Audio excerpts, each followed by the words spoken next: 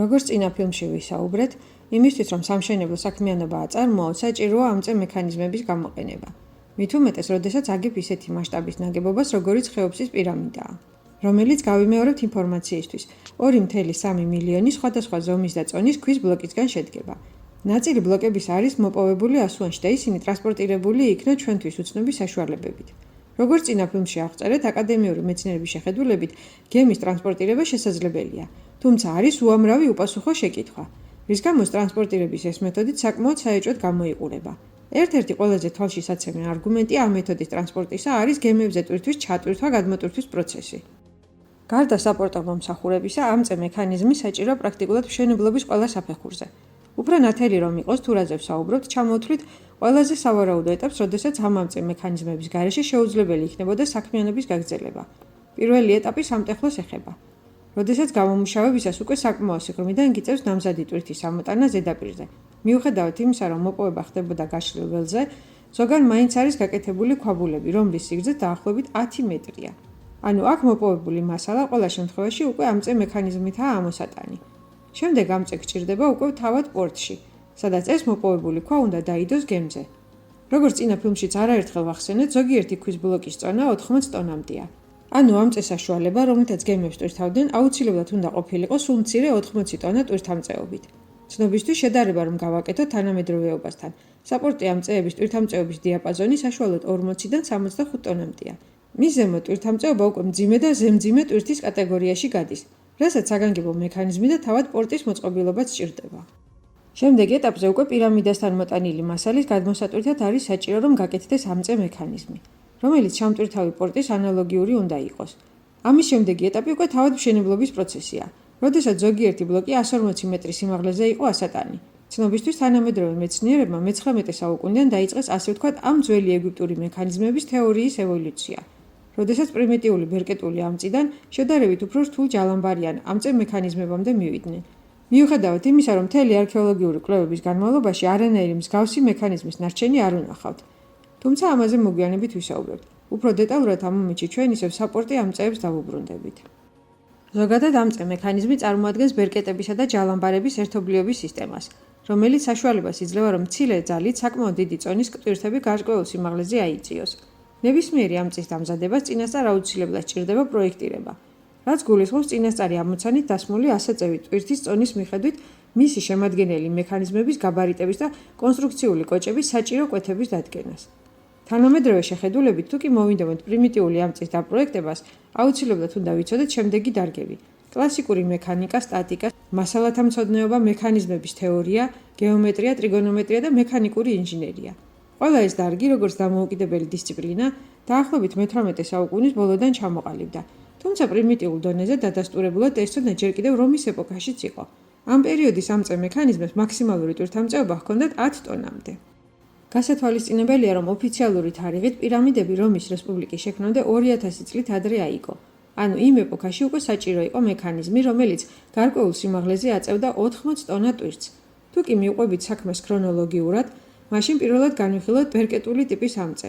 როგორც თავად ეგვიპტოლოგები ამტკიცებდნენ თავის დროზე, ასეთი მექანიზმი ძალიან გავრცელებული იყო უძველეს ეპოქაში. ლოგიკურიცაა ასე იფიქრო, ეს ყველაზე მარტივი მოსაფიქრებელი და დასამზადებელი საგანია. მაგრამ ისევ ფიზიკის კანონების გათვალისწინებით, საჭირო ამ ამწეს ჰქონდეს გარკვეული პარამეტრები. ჩვენი ამოცანა გვეუბნება, რომ ზოგ შემთხვევაში მშენებლებს ასაწევი ექნებოდათ 80 ტონა ტვირთი, მაგრამ გამოყენებული მასალების ძირითადი წონების მიხედვით, დაახლოებით 10 ტონა ტვირთამწეობის ამწე იქნებოდა საჭირო. მასალათა გამძლეობიდან და იმ ეპოქაში არსებული მასალის შესაძლებლობებიდან გამომდინარე, თუ კი მოვისურვებთ გავაკეთოთ ასეთი ბერკეტული ამწე, რომელსაც 10 ტონამდე ტვირთის აწევა შეიძლება გარკვეულ სიმაღლეზე. ოპტიმალურ ვარიანტად გამოდგება 9 მეტრის სიგრძის ხის კოჭი, კვეთის ზომებით 40-40 სანტიმეტრით, სადაც ბერკეტის მუშა მხრის სიგრძე იქნება 1 მეტრი, ხოლო 8 მეტრი იქნება საპირწონე მხარე. ასეთი მექანიზმი ტვირთის აწევა შეიძლება დაახლოებით 30-80 სანტიმეტრზე. იმისთვის, რომ უფრო მეტ სიმაღლეზე აიტანოთ ეს ტვირთი, საჭიროა, რომ ეტაპობრივად მას ქვემოდან დაუდოთ შუალედური საყრდენი, რომელიც უნდა იყოს ან ქვის, ან ხის ნაჭრები. მაქსიმუმ 10 ტონა ტვირთის ასაწევად საპირწონე მხარეს 40-მდე ადამიანის დაყენება იქნებოდა საჭირო. ერთჯერადი და მცირე დოროზე გათვლილი სამუშაოებისთვის. ასეთი ამწე მექანიზმი სრულიად მისაღები იქნებოდა. მაგრამ ისეთი მასშტაბებისთვის, როგორიც პირამიდის მშენებლობაა, სადაც გავიმეორებდა უხეში გამოთვლებით წუთში 1 ბლოკი იდებოდა, ეს მეთოდი საერთოდ მიუღებელი იქნებოდა განხილული უამრავი გვერდითი და დამატებითი სამუშაოების გამო, რომელსაც კიდე დამატებითი მუშახელი დასჭირდებოდა. მაგრამ ჩვენ ამ მომენტში ვსაუბრობთ სამშენებლო მოედნის ამწეზე, არადა საუბარი დავიწყეთ საპორტე ამწით, რომელსაც აუცილებლად უნდა ჰქონოდა საშუალება, რომ 10 ტონაზე მეტი ტვირთი აეწია. ტვირთის აწევის სიმაღლის სიმცირის გამო, ასეთი ამწე მექანიზმი ცხადია არ გამოდგება პორტში. ამისთვის საჭირო იქნებოდა უფრო დახვეწილი მექანიზმი, იმიტომ რომ იმ ამწემ ერთი აწევით უნდა აიღოს ტვირთი და გადადოს ნაპირიდან გემზე ან პირიქით. აწევის სიმაღლე ერთბაშად უნდა იყოს დაახლოებით 5 ან 6 მეტრი. ამავე დროს ბერკეტულ მექანიზმ ტვირთის გემზე დადების შემთხვევაში საყრდენი წერტილის მიმართ აუცილებლად მობრუნების საშუალებაც უნდა ჰქონდეს, რაც საყრდენი წერტილის კონსტრუქციას ართულებს და მის გამძლეობას კიდევ ასტუსტებს. დღევანდელი შეხედულებით სრულიად ხის კონსტრუქციის შემთხვევაში ეს შესაძლოა გადაუჭრელი პრობლემაც იყოს. ყველანაირი ლოგიკური დასკვნით, ბერკეტული ტიპის ამწე მექანიზმი ვერც სამშენებლო მოედანზე და ვერც კიდევ საპორტე მომსახურებაში რენტაბელური ვერ იქნებოდა. სხვა საქმეა თუ კი ბერკეტულ ამწეს გააუმჯობესებდნენ ჯალამბრის მექანიზმით. ეს ცალკე დაზოგავდა ადამიანურ რესურსს, ანუ უფრო მცირე რაოდენობის ადამიანი აწევდა შედარებით მეტ თვირთს. თუმცა ეს პრობლემას მისი მოbrunების ღერძთან დაკავშირებით მაინც არ ამსუბუქებს. თუ ჯალამბრებს გამოვიყენებთ, აუცილებლად დაგვჭირდება თოკები და გვარლები. უხეში გამოთვლებით იმავე 10 ტონამდე ტვირთის ასაწევად, ცელისგან დამზადებული გვარლის შემთხვევაში მისი დიამეტრი იქნებოდა დაახლოებით 50 მმ. ეს სრულიად რეალურია და იმ ეპოქის ტექნოლოგიურ განვითარებაში ჯდება. თუმცა გემის დატვირთვისთვის სავარაუდოდ ყველაზე უფრო მისაღები იქნებოდა თუ კი ააგებდნენ ხიდურა ამწეს, რომელსაც შეეძლებოდა ნაპირზე აეღო ტვირთი, შემდეგ გადაგორებულიყო წინასწარ მომზადებულ პირსზე და პირდაპირ გემზე მოეთავსებინა. თუ კი ჯალამბარს იცნობდნენ, მაშინ აუცილებლად მივიდოდნენ ასეთი მექანიზმის აგებამდეც. ამით გემის დატვირთვა-გადმოტვირთვა ერთობ კომფორტულიც გამოვიდოდა. მაგრამ ამ მომენტისთვის არანაირი არქეოლოგიური მტკიცებულება არ არსებობს არც ჯალამბარზე და არც რაიმე სახის ამწე მექანიზმზე ხუფუს ეპოქიდან. არც შემორჩენილ წერილობით წყაროებში, არც კედლის ბარელიეფებზე და არც რაიმე ფიზიკური ნაშთის სახით. გასაგები ამდენი წლის განმავლობაში ხის მასალა უბრალოდ დაიშლებოდა. მაგრამ თუ ამ ტექნოლოგიას იყენებდნენ, ის აუცილებლად შემორჩებოდა რაიმე ინფორმაციის სახით. ამავე დროს გამოგონება არ დაიკარგებოდა და მშენებლობის დასრულების შემდეგ ის განაგრძობდა არსებობას უკვე სავაჭრო ტვირთების მიღება-გაცემის პირობებში, რაც შემდგომ ეპოქებში უფრო განვითარდებოდა ტექნიკურად და დაიხვეწებოდა. ისე რომ რომის ეპოქაში უკვე საკმაოდ განვითარებული სამშენებლო თუ სატვირთო ამწე მექანიზმების ტრადიცია ექნებოდა კაცობრიობას. მაგრამ როგორც დასაწყისში აღვნიშნეთ, რომის ეპოქის ამწებს აქ აღწერილი საჭირო ტვირთარწეობის ნახევარიც არ ჰქონდათ, რაც ოფიციალურად პირამიდების აგების 2000 წლის შემდგომ ეტაპზე მათი განვითარების არარსებობაზე მიუთითებს. ეს კი დამატებით მყარი არგუმენტია იმ მოსაზრების სასარგებლოდ, რომ პირამიდების აგების ეპოქად დასახელებულ პერიოდში აღწერილი ამწე მექანიზმები საერთოდ არ არსებობდა, ან მათი არსებობა უბრალოდ არ იყო საჭირო. აღწერილი ტვირთამწეობის ამწე მექანიზმების არარსებობა სრულიად გამორიცხავს ქვების გადაზიდვისთვის წყლის ტრანსპორტის მეთოდს. იმიტომ რომ ამ მექანიზმის გარეშე პრაქტიკულად შეუძლებელი ხდება გემის დატვირთვა და შემდეგ გადმოტვირთვა. არა თუ 80 ტონიანი ბლოკების შემთხვევაში, არამედ თუნდაც სტანდარტული 2 ტონა ნახევრიანი ბლოკებისთვისაც. ამავე დროს ტრანსპორტირების გარდა ამწე საჭიროა თავად სამშენებლო მოედანზეც. როგორც უკვე აღვნიშნეთ, უბნამდე მიტანილი ბლოკის სამონტაჟო ადგილზე მიტანა კარგი ამწე მექანიზმის გარეშე პრაქტიკულად შეუძლებელია. თუმცა აკადემიური მეცნიერები ფიქრობენ, რომ ამწე მექანიზმები პრაქტიკულად არ გამოიყენებოდა სამშენებლო მოედანზე. ნაცვლად ამისა, მშენებლები აგებდნენ პანდუსების, ანუ დახრილი სიბრტყეების სისტემებს, რომელზედაც ტვირთის ატანა აცურების მეთოდით მარტივი უნდა ყოფილიყო. ერთი შეხედვით თითქოს პრობლემა გადაჭრადია. ავაგოთ გარკვეული დახრის მქონე პანდუსი, რომელზედაც ზღვედებს შეგმულ ციგას ააცურებენ. ციგაზე და მის პრობლემებზე უკვე ვისაუბრეთ წინა ფილმში, თუ არ გინახავთ, აუცილებლად ნახეთ. მული აღწერილობაშია. განვიხილოთ თავად ეს ამწე სისტემა.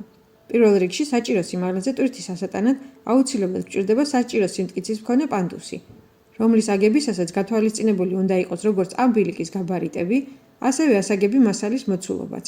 თან განსაზღვრული უნდა იყოს სწორი დახრა. იმისთვის რომ შესვენების პერიოდში ეს გარკვეულ სიმაღლეზე აცურებული ტვირთი თავისი სვლით უკან არ ჩამოცურდეს. ამავე დროს ატანაც არ უნდა იყოს გაძნელებული და არ უნდა მოითხოვდეს გადაჭარბებულად მომატებულ მუშა ხელს. დახრის თვალსაზრისით იდეალური იქნებოდა მინიმალური მაქსიმუმ 2-3 გრადუსი, მაგრამ ასეთ შემთხვევაში პანდუსის სიგრძე გამოვიდოდა კატასტროფულად დიდი. ასეთი დახრის მქონე პანდუსის სიგრძის გამოთვლა ძალიან მარტივია. თუ კი ავიღებთ 2 გრადუს დახრას და მოვინდომებთ 2 მეტრი სიმაღლეზე ტვირთის ატანას, დაგჭირდება საშუალოდ 55 მეტრის სიგრძის პანდუსი. ანუ ეს არის ის სიგრძე, რაზედაც უნდა ააცურონ ტვირთი. ასეთი დახრის შემთხვევაში მზიდავი მუშების საჭირო რაოდენობა ფაქტიურად იქნებოდა იგივე, რაც ჩვეულებრივად ჰორიზონტალური ტრანსპორტირებისას. უფრო დიდი დახრის პანდუსის შემთხვევაში ცხადია გზის გაბარიტები შემცირდება, მაგრამ სამაგიეროდ საჭირო გახდება დამატებითი მუშახელი. მაგალითად 30 გრადუსი დახრის დროს სულ მცირე 1.5-ჯერ მეტი. მაგრამ ასეთ დროს უკვე პრობლემა იქნება ტვირთის გაჩერება პანდუსზე. ამ დროს შესაძლოა ის უკან დაცურდეს. უფრო მეტად დიდი დახრის გაკეთებას კი აზრი არ აქვს. აქ საუბარია მხოლოდ 2 მეტრის სიმაღლეზე ტვირთის აცურებაზე. რა თქმა უნდა, თითოეული დონის დალაგების შემდგომ დონი აუცილებლად ამაღლდებოდა. შესაბამისად მოუწოდათ ყველა ახალი დონის პირობებში პანდუსის ან თავიდან აგება, ან არსებულზე დაშენება და სიმაღლის პროპორციულად გაიზრდებოდა სიგრძეც. პირამიდის სიმაღლე, როგორც ვიცით, არის 140 მეტრი. ასეთი სიმაღლისთვის თუ კი ვთქვათ ოპტიმალურ დახრას გაიღებდნენ და 10 გრადუსიან პანდუსს ააგებდნენ, მისი სიგრძე გამოვიდოდა დაახლოებით 800 მეტრი. ხოლო თუ 2 გრადუსიან პანდუსს გამოიყენებდნენ, მისი სიგრძე გამოვიდოდა დაახლოებით 4 კილომეტრი. შეგახსენებთ, რომ პირამიდის ფუძის სიგრძე არის 233 მეტრი. მაგრამ რაზეც ახლა ვსაუბროთ, ეს მხოლოდ გრძივი ხაზია. ამ პანდუსს აუცილებლად ჭირდება სიგანეც. დაუშვათ და აქ მხოლოდ სამხრივი მოძრაობა ჰქონდა. ანუ ატანის შემდეგ უკვე მუშები მოდიოდნენ უკან სხვა გზით და ციგა კი ტრადიციული ამწის მეშვეობით პირდაპირ ჩამოქონდათ მიწაზე. ასეთ შემთხვევაში მისი სიგანე უნდა ყოფილიყო სულ მცირე 6 მეტრი, რომ 4 რიგად დამდგარიყო ადამიანების რიგი. მათი რაოდენობა დაახლოებით 60 უნდა იყოს, რომ ამ წონის ატანა შესრულებოდათ. მოდელირებისთვის დაუშვათ, რომ უკვე პირამიდის მშენებლობის შუა პერიოდში ვართ. ანუ ზედა ბაქნის ნიშნული უკვე 70 მეტრია. თუ კი ოპტიმალურ 10 გრადუსიან დახრას გამოვიყენებთ, ამ სიმაღლისთვის მივიღებთ პანდუსის სიგრძეს დაახლოებით 400 მეტრს. იმისთვის, რომ ეს პანდუსი იყოს საჭირო სიმტკიცის და ის არ დაიშალოს, მოუწოდათ მისი ფუძის სიგანის გაზრდა. თქვათ გვერდითა ფერდის დახრა აიღეს 45 გრადუსი. ასევე მარტივი გეომეტრიის გამოყენებით ამ პანდუსის მოცულობა გამოდის 718,000 მეტრ-კუბი, რაც პირამიდაში გამოყენებული დაახლოებით 1,2 მილიონი ბლოკის ჯამური მოცულობის ექვივალენტია. ამავე დროს ამ 410 მეტრი მანძილის გასავლელად ამ მუშათა გუნდს დასჭირდებოდა დაახლოებით 1 საათი. შეგახსენებთ, რომ ელემენტარული მათემატიკური გამოთვლებით ისტორიკოსების მიერ მოცემული პირამიდის ასაგები დროის მიხედვით გამოდის, რომ მშენებლობის პროცესში საშუალოდ 1 ბლოკი იდებოდა დაახლოებით წუთნახევრის მანძილზე. ამ ყველაფრით გვინდა გითხრათ, რომ მხოლოდ პანდუსის ასაგებად დასჭირდებოდათ იგივე რაოდენობის მასალა, რაც თავად პირამიდა იყო. რა თქმა უნდა, მეცნიერები ასახელებენ ამ პანდუსის სამშენებლო მასალასაც. მათი თქმით გამოყენებული იყო მოტეხილი უფორმო ქვა. წყლით აზელილი თიხნარი მიწა შემაკავშირებელ და შემავსებელ ფორმად. ხოლო გამაგრებისთვის აქ-იქ გამოყენებული იყო ხის კოჭები, რომელიც გავიმეორეთ, რომ ეგვიპტის კლიმატის გამო დეფიციტური და იმპორტული საქონელია. ამავე დროს პანდუსის ზედაპირი აუცილებლად უნდა ყოფილიყო, რაც შეიძლება მტკიცე. დაუშვებელი იქნებოდა მის კიდეზე მოსიარულე მძიდავს ჩანგრეოდა ზედაპირი. ეს ნიშნავს იმას, რომ ნებისმიერ შემთხვევაში სასიარულო ზედაპირი უნდა გაკეთებულიყო ან დამუშავებული ქვისგან, ან ხის მასალისგან. დონის ზრდასთან ერთად საჭირო გახდებოდა ამ ზედაპირზე გამოყენებული მასალის აღება, დასაწყობება და თავიდან გამოყენება. დაახლოებითი გამოთვლებით მხოლოდ ამ პანდუსის მომსახურე პერსონალის რაოდენობა უნდა ყოფილიყო არანაკლებ 10-12,000 ადამიანისთვის.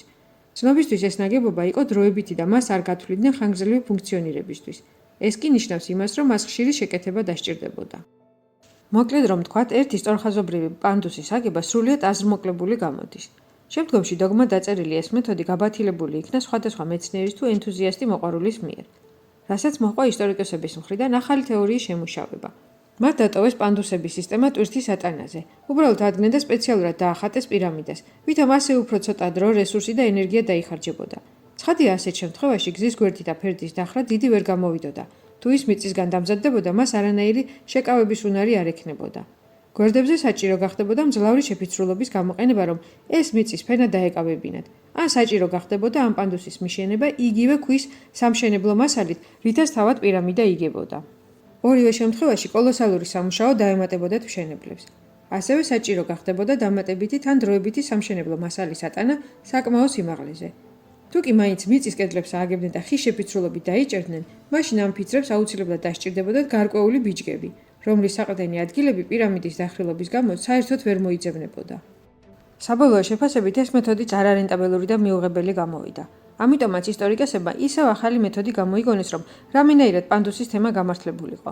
ერთმა ფრანგმა მეცნიერმა ვინმე ჟან-პიერ უდენმა შექმნა თეორია, რის მიხედვითაც თითქოს ეს სპირალური პანდუსი აგებული იყო არა გარედან, არამედ გარე კედლის შიგნიდან. ხოლო მშენებლობის დასრულების შემდეგ ის იქ დარჩა იმავე ფორმით, რაც მშენებლობის დროს. უბრალოდ ზოგიერთი ადგილი იქნა ამოქოლილი. მართალია ეს პანდუსი დღემდე აღმოჩენილი არაა, მაგრამ ეს თეორია ამ მომენტისთვის ყველაზე მეტად მიღებულია ისტორიკოსების წრეებში. ერთი შეხედვით არც ეს მოსაზრებაა შორს სიმართლესთან, მაგრამ აქაც უამრავი შეკითხვაა. ერთ-ერთი ისევ და ისევ პანდუსის იგანია. როგორც ეს მეცნიერი ვარაუდობს, ამ პანდუსის დახრა იქნებოდა არა უმეტეს 7%, რაც დაახლოებით 4 გრადუსია. ასეთ შემთხვევაში უკვე აღარ იქნებოდა საჭირო 60 ადამიანის ჩართულობა, მაგრამ აუცილებლად დასჭირდებოდა მინიმუმ 30 მაინც. ეს კიდევ სამრიგად ჩაბმული ადამიანების კოლონაა. ასეთი მსვლელობისთვის ამ პანდუსის იგანი არ უნდა იყოს 4 მეტრზე ვიწრო, ხოლო სიგრძე გამოვიდოდა არანაკლები 10 მეტრი მაინც, თუ კი ადამიანებს შორის 1 მეტრს დავიჭერდით დისტანციას.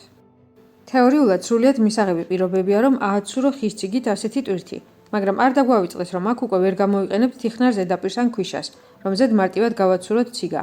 უკვე წინასწარ გამოთვლილი კირქვის ბლოკები უნდა გქონოდა დალაგებული. ანუ იატაკი მოპირკეთებული გამოდის. ეს კიდევ უსაფრთხოებასთან პრობლემებს შექმნიდა. ასევე გასათვალისწინებელი იქნებოდა ამ ბილიკის მოსაწყობის შრომატევადობაც. საფეხურებიან ბილიკს ვერ გააკეთებდნენ. საჭირო იყო კარგად მოსწორებული ზედაპირი, რომელიც იქნებოდა ერთი დახრის. ამავე დროს იქნება პრობლემა მოსახვევებში. ეს პრობლემა იქნებოდა როგორც გარე, ისე შიდა პანდუსების შემთხვევაშიც. ანუ როცა პროცესია, რომელიც გაწევით მიათრევს ამ ციგას, მიუახლოვდებოდა მოხვევის ბაქას, მას მოუწევდა გაჩერება და რაიმე ხერხით უკნიდან მიწოლა, რომელიც ეფექტურობის თვალსაზრისით ძალიან ნაკლებ რენტაბელურია. სულ მცირე იმ მიზეზით, რომ თუ წინიდან სამრიგად დამდგარი 30-მდე ადამიანი ეკაჩებოდა, უკიდან მხოლოდ ერთ რიგში ჩამდგარი რამდენიმე ადამიანი მოახერხებდა ტვირთთან მიდგომას. ამ დროს ნუ დავივიწყებთ იმასაც, რომ საჭიროა ამ ტვირთის დამუხრუჭება, რომ ის უკან არ წავიდეს. უბრალოდ კუთხეში ვერ გააგრძელებდა პროცესია სვლას. ამავე დროს პრობლემა იქნებოდა ამ ბლოკის შემოტრიალებაზეც, მაგრამ ამ მომენტში ჩვენ ვსაუბრობთ სტანდარტულ 2 ტონა ნახევრიან ბლოკზე, რომელიც არც ისე დიდი გაბარიტებისაა.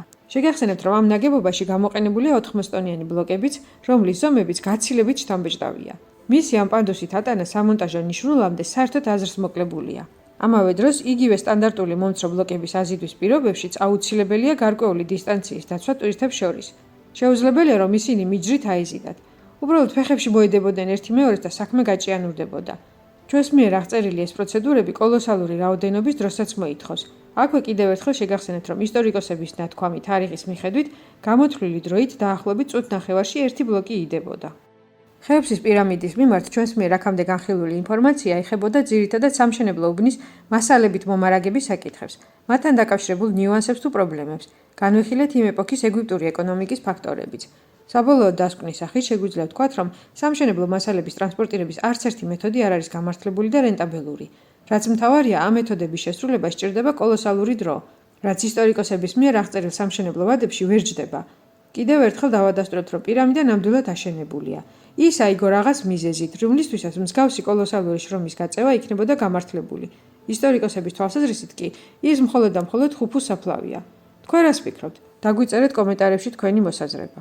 ამავე დროს ჩვენ არ შევხებივართ მთავარ საკითხებს, მაგალითად იგივე მეფის კამერის ხილული ნაწილის უზუსტეს დამუშავებას, ან კიდეც თავად სტანდარტული ბლოკების დამუშავების აწყობის და შეპირაპირების სიზუსტეს, სადაც სამართლებრივ სპირიდს ვერ შეეტევა. ამ ყველაფერზე უკვე შემდეგ ფილმებში ვისაუბრებთ.